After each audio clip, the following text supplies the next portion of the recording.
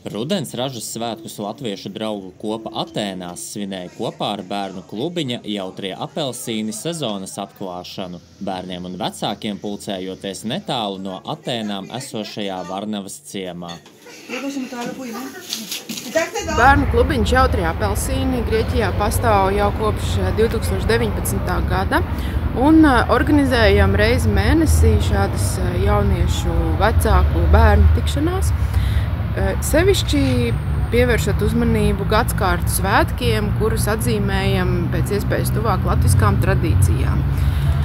Šajā reizē, protams, Miķeļdiena, ražas svētki saistībā ar maizes gatavošanu, kad ir raža novākta, un atgādinām par šo ļoti svarīgu elementu, kā mūsu zemīte, no kuras izaug maize.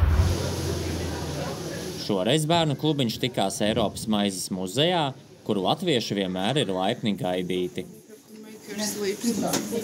Es ar Eiropas maizes muzeja darbiniekiem iepazinos jau vairāk kā pirms 10 gadiem, kad viņi viesojās Latvijā un piedalījās seminārā par Latvijas nemateriālo kultūras mantojumu. Un kopš tā laika mēs esam uzturējuši un savas draudzīgās saites un regulāri tiekamies. Viņi tāpat arī vairāk kārt ir viesojušies Latvijā, lai uzzinātu vairāk par latviešu kultūru. Muzeja darbinieku vadībā bērni veidoja zīmējumus, rotājot ar dabas materiāliem, kā arī meistaroja rāmīšus no sprunguļiem un čiekuriem. Uztaisījām rāmīšus, tur bija koku, šita. Un mēs likām arī čiekurus, lāpās, vāciņus, un tie vāciņi darīja ding-dong, ding-dong.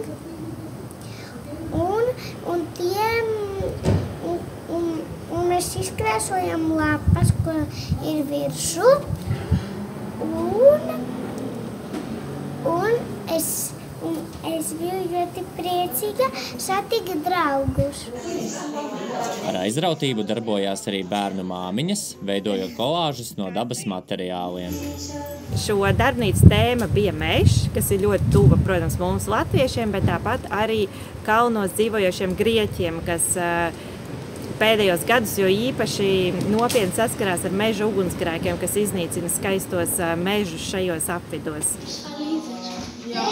Nākamajā mēnesī ieplānots pārgājiens mežā, kura laikā bērni apgūs augu, koku un sēņu nosaukumus latviski. Latviešu.com speciāli RTV.